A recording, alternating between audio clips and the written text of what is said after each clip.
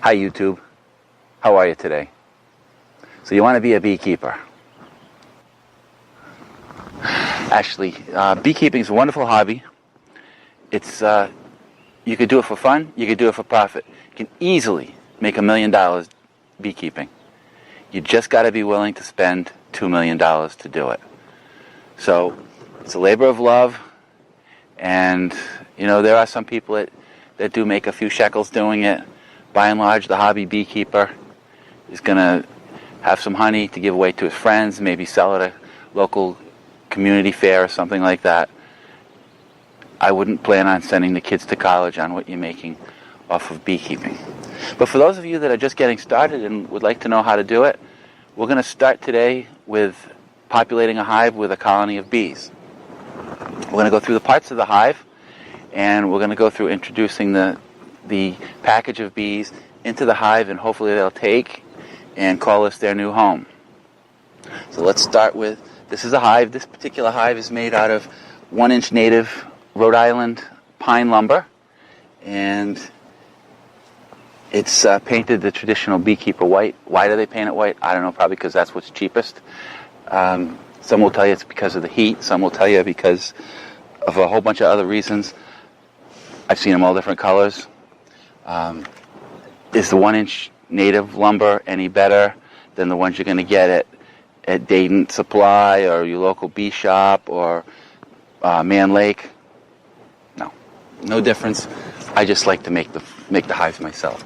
So we've got a top cover here. You can tell it's an old top cover, but it's secure. It keeps the water from getting into the hive, and it's just, you can tell it's used. It's got remnants of former tenants. You've got inside cover. Again, it's used, but it's your inside cover. It's got a hole in the middle to let the moisture out, and keeps the top of the hive covered underneath your top cover. This here, you'll notice, the height of this is smaller than the height of this. This is what's called a medium super. This is where the bees will store their honey. We're not going to use that for today because the bees aren't going to store honey right now. This is where they're going to build their brood, their eggs, and build up the colony size. This is where we're going to let them concentrate on building. We're not going to let them concentrate on storing any honey right now. This here is a frame, and you can see that this frame has already been what they call drawn out. It has the cells already built by the bees. They built the little cells to store the honey in, as opposed to, this is a deep one. This is the one that goes in here, and this is never been built out yet. And this is a brand new foundation. And this happens to be plastic. You can get on wax with the wires in for support. I like the foundation because it's impervious to pests, and it's pretty durable, and the bees don't seem to mind it. At least I've never had a problem with them. So these are 10 frames. This box here is called a 10 frame medium. It has 10 frames in it. 1, 2, 3, 4, 5, 6, 7, 8, 9, 10.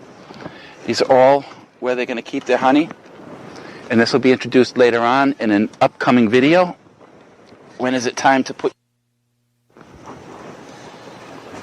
We've got here, these are all already drawn out, and I don't know if you can see it in the video, but there's some pollen in here. The former tenants left behind some pollen, so I'm going to leave that in there, and the new tenants will actually go through and clean up the stuff that they don't want and get rid of it, and they'll use the stuff that's there that's still good. So we're not gonna worry too much about that. And we've got 2 of these.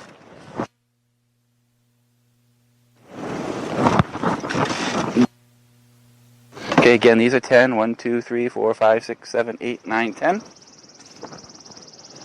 Okay, and then we've got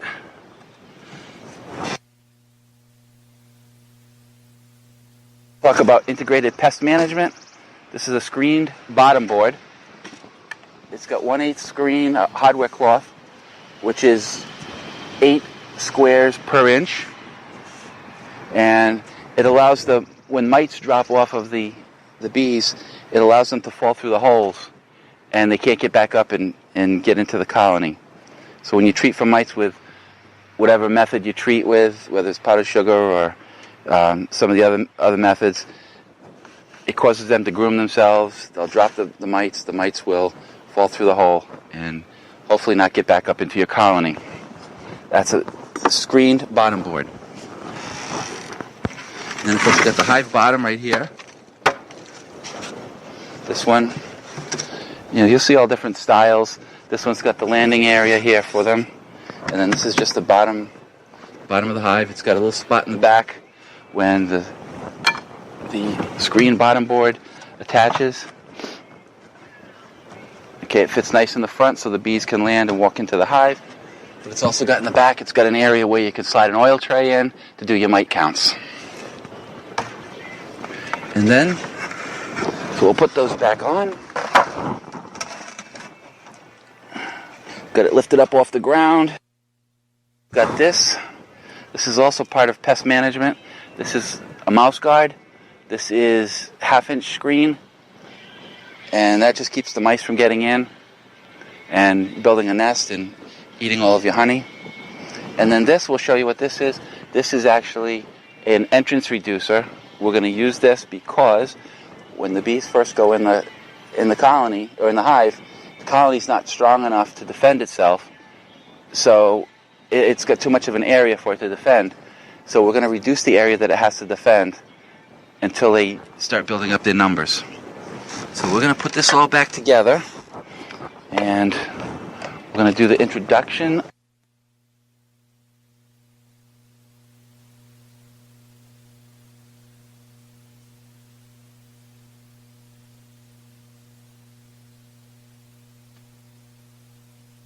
This is what's known as burr comb, which they build outside of the frame area, and you can, if you want to save the wax, you can save the wax, or you can just chop it off so they don't continue building on it. Okay, you can see I got some dead tenants here. This is one that actually starved out over last winter. I had a rough winter here in Rhode Island. It was warm for so long in the fall that they spent a lot of time foraging when there was nothing to forage, and they ended up eating all of their reserves. So we're going to start with 9 frames. We're going to leave a spot, and I'll show you why in a moment. So we've only got 9 frames in this top box,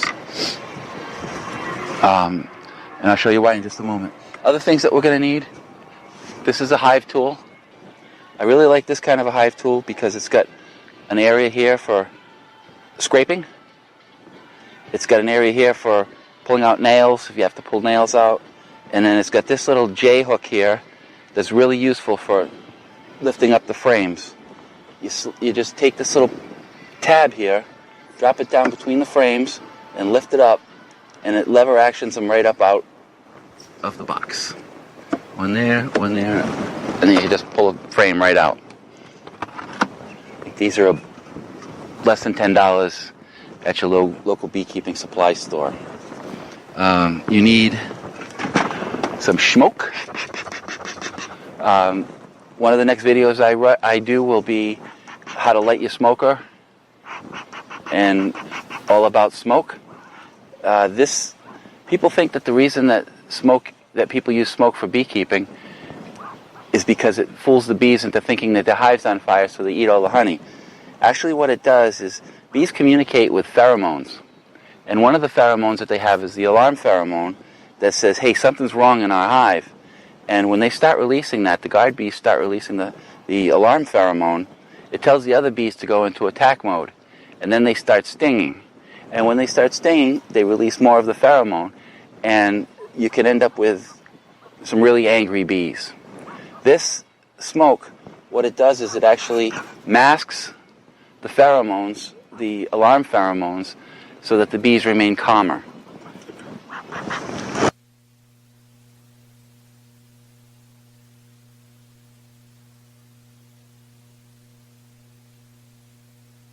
store.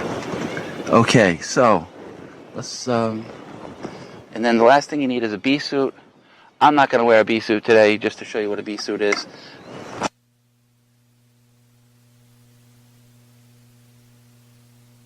This is actually a mosquito net hat that I got on Amazon. I think they were 2 for $6 or something ridiculous. It's got a fine little mesh on it, keeps the bees off your face. I don't mind getting stung on my arms or my legs, but I don't like a bee sting on the face, so I wear this. People find that when I wear a mask, it makes the video a lot easier to look at. That's what I hear. So, we've gone through everything that we need, so we're all set for beekeeping. What am I forgetting? We've got the deeps, we got the screen bottom board, we got the bottom board, we got the frames, we got wax, we got the scraper tool, we got smoke. Bees! Gotta have bees. And we just picked up the package of bees today, and they come in this little box. It's a 3-pound, what they call a 3-pound shake of bees. They put a queen in here, and they shake off 3 pounds of bees, and package them up and ship them out to you. So right now they're not very happy at all. They've been in here for several days. Their wax glands are full of wax. They want to start building out comb, and they're really angry. They want to get out. They want to do what they're programmed to do by nature. So we're going to let them do that. So how I do this is, the first thing I'm going to do is I have a spray bottle, and I have a sugar syrup in here, and I spray down the package of bees, and it quiets them down because their wings get all sticky with sticky sugar syrup, and they can't fly, and they spend so much time eating the sugar syrup before they can fly. Doesn't hurt them. They'll eventually clean themselves off and they'll be able to fly, but it makes handling them a lot easier. Now inside of here is the queen, and I'm not sure if it's showing up on the video or not, but you can see there's a big spot of bees that are just hanging right down off the top here. And right in the center of that is a can. The can's got some sugar syrup in there for them to feed off of.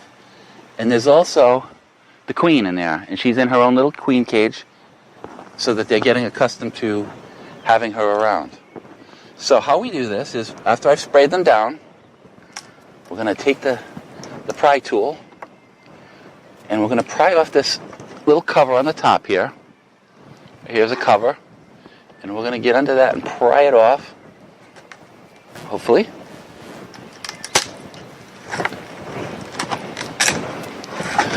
And that's going to expose the can of sugar syrup, and it's probably going to let some of the bees out, so they can't get out yet.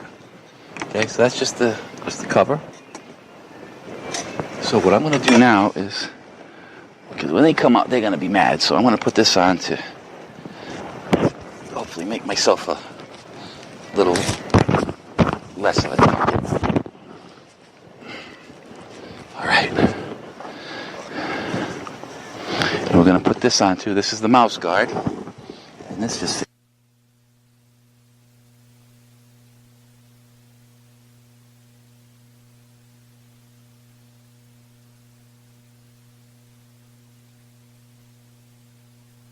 We also want to put this entrance reducer.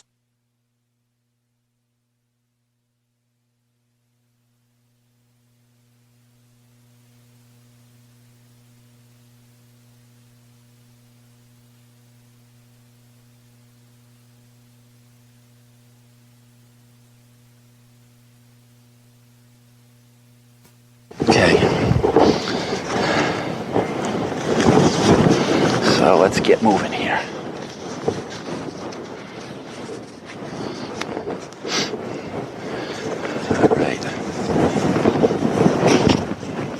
These are goatskin gloves on this end, and this is canvas on the sleeve part. If you're inclined to wear gloves, I really recommend these. These are Amazon specials as well. I don't think they were maybe $20 or so. Not that expensive. So now let's look at the top of the container, the shake of bees here. We've got this little circle here, and we've got this tin can here. This little circle is the queen cage. So I'm going to pull that out and then just cover the hole so they don't get out, if I can. Because they're going to want to boil right out, and there they go. Okay. All right.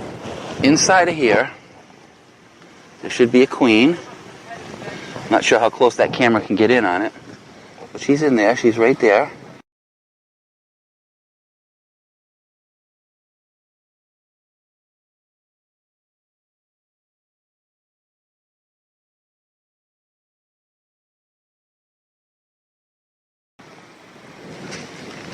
And there's a 1, 2, 3. Looks like there's about 5 or 6 nurse bees in there with her. They take care of feeding her and grooming her. And this particular queen did not come marked.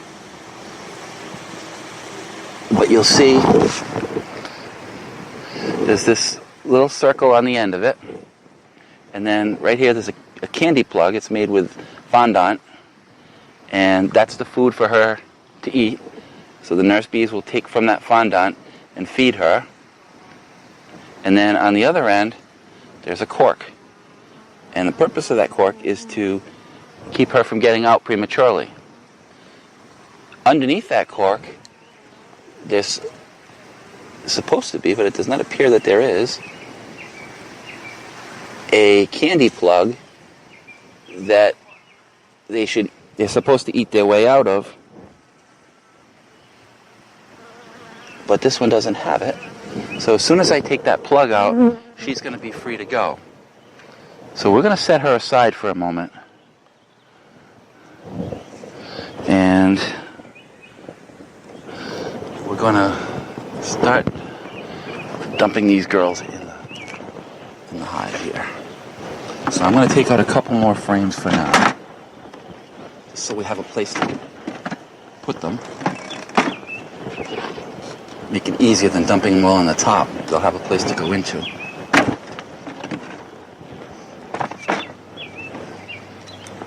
And then hopefully they will call us home.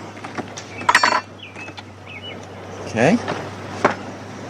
So we're going to start now. Pull the top off. You can see they're already there looking for their... So what we're going to do is we're going to tip this, hopefully get this sugar can out. And as soon as we do that, it's Armageddon. There they go. So what we're going to do now is we're going to tip it upside down, and we're going to give it a little shake. And you can see them just falling right in.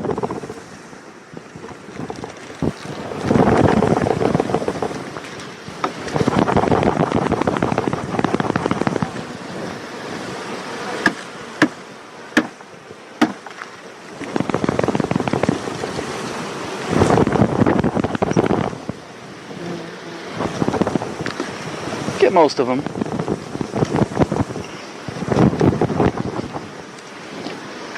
You can hear the noise really picking up. Right now they're very confused. But we're going to put this right by the entrance to the...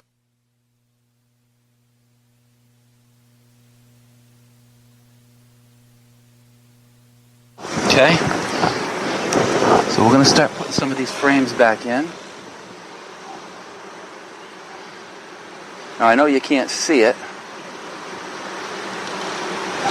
but there's a lot of the bees are right up at the front here, and they've got their butts up in the air. And they're releasing that pheromone that we talked about. So I'm going to just hit them with a little bit of smoke, calm them down.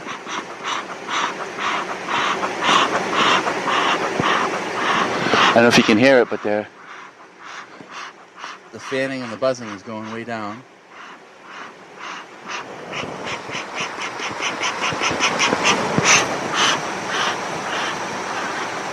There we go. Now we get some smoke coming out. Nice and quiet.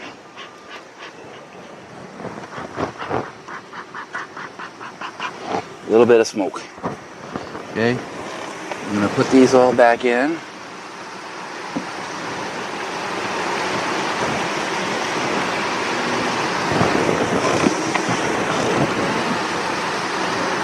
All except for one. We're going to leave it at 9. And the reason we're going to leave it at 9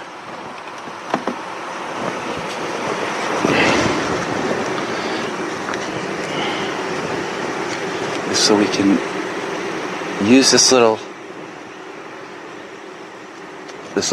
disc here to straddle the queen cage between 2 frames. So, just going to take that little piece of cork out of there.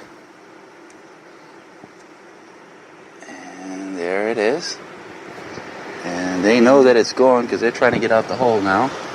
And I'm just going to put that in there and hang it down. They should be comfortable with her as their queen because they've been in there for a couple of days now. And just to make sure, we're going to check back in tomorrow just to make sure that she's out and that the hive is settled down. We put back on our telescoping cover. And we're going to put on our top cover. And there you have the hive ready to go. You'll notice that there was a lot of chaos with the bees. I'm gonna jinx myself right now and say I haven't gotten stung once.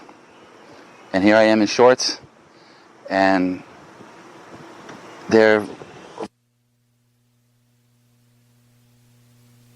they don't really want to sting you because when they sting you, they know that that's it for them.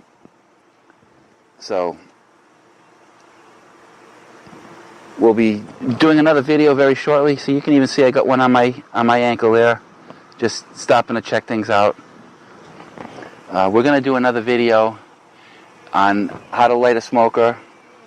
And we're going to do a video on open feeding. There's a lot of controversy on open feeding. Some people think it's a bad thing. Some people think it's a good thing. We'll talk about that. So if you're interested in seeing those videos, please subscribe, and that way you'll get an email when I post the video, and you can go and check it. If you don't like something I said in the video, I invite you to go make your own video and tell your side of the story and what you think should be. Beekeeping is not an absolute science. A lot of it comes down to what works for you. And you'll realize that as you get into it, that some things work for you better than what the quote-unquote textbook tells you to do. So if you don't like something, or you don't like the way I did something, don't be haters. Make your own video. And thank you very much for tuning in. And don't forget, subscribe, like, and have a wonderful day. Be safe.